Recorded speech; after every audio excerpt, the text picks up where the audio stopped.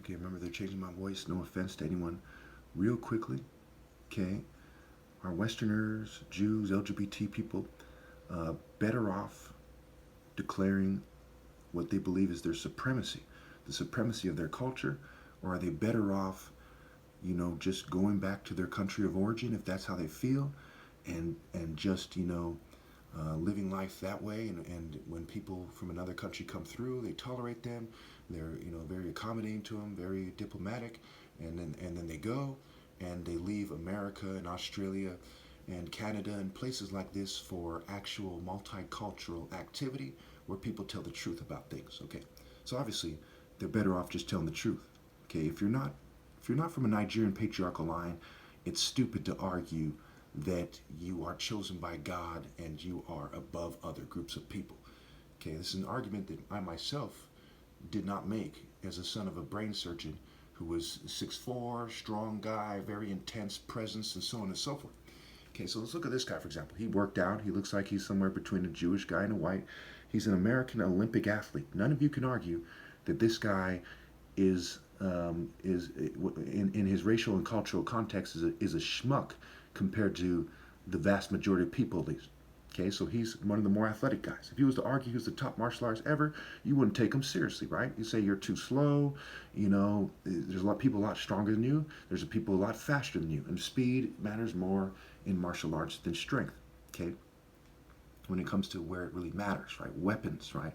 The empty hand forms are called that. Empty hands forms, weaponless forms. Okay, because the emphasis is on swords and spears and daggers and axes and knives and so on and so forth. Okay, staff and so on and sticks and so on and so forth. Okay, so he's not built for that genetically. You can tell by the look on his face, he's not that smart, and it's stupid to argue that. It may as well be this guy arguing that. Okay, so they're better off clinging on to their culture in their cultural context. If these females over here were to argue that they're the ideal woman because they do Olympic gymnastics, you would think they're insane, right? If this chick was to argue that she is the most physically fit that ever lived because she's like some kind of human pretzel or something, you would think she's insane. These people were to argue that they're the most spiritual and divine because they're some circus people and that circus arts to them is divine, you'd think they're insane. And so it is with people arguing that they're chosen or that they're above me or equal. It's just be yourself. If you want to pretend that your culture is superior, go to your country of origin and pretend there. Don't come to the major multicultural center of the world and pretend that you're more spiritual than the most spiritual black people. It's fucking retarded. Don't pretend that you're better martial artists than the most gifted African, martial artists of African descent, black African descent. It's stupid. You just look like an idiot.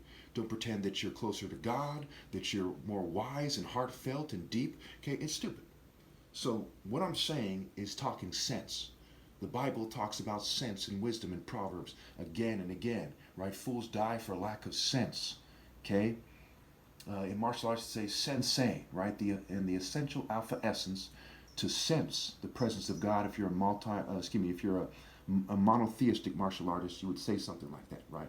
Because you would combine the martial art principles with your understanding of your religion. And you'd probably agree with me about the essential alpha essence to sense the presence of God being something that is a very sacred and important idea. So it's pretty straightforward. Am I saying this to insult people? No. I'm trying to help them understand that it is stupid to sabotage me. It's like Tanya Harding knowing that she's going to get caught ahead of time sabotaging Nancy Kerrigan if that was the case, right? You'd be like, what the hell for? Okay, whatever accomplishments you have are drowned out by you being an obvious saboteur and an obvious cheater. Okay, and she was physically gifted in ice skating and so on and so forth, figure skating to some degree, right? And she just goes down in history as a horrible person. No one cares how gifted she was, okay, because she sabotaged Nancy Kerrigan with her bodyguard. And so it is with the white, Jewish, and LGBT community. They're trampling on their races and their families and their offspring to the extreme by defining themselves as cheaters, even if you don't know who I am. We look at how people's body types have changed, and we look at who seems to be thinking that they're benefiting from it. Okay, and it implicates the hell out of them and token minorities, and it's impossible to miss it. And it's really horrible when they do this to me. They're better off correcting their mistake and coming out and admitting their mistake and highlighting what they've done here and why and trying to change course than they are continuing on the path they're on. It's a no-brainer. Now think about the different types of white people. Some white people have more sense than others. Some white people are like, ah, brother. Some white people are like, fuck you, fuck you. And some white people are like, look, okay, he's right. Just leave him alone. Okay, who should prevail? The brother, the gay guy throwing a fit, or the gay guys and the straight guys who make more sense saying, look, he's right. Just leave him alone. Compensate him. Stop mistreating him. What have you. Okay, that's what the honest people from your groups would tell you at this point. Thank you.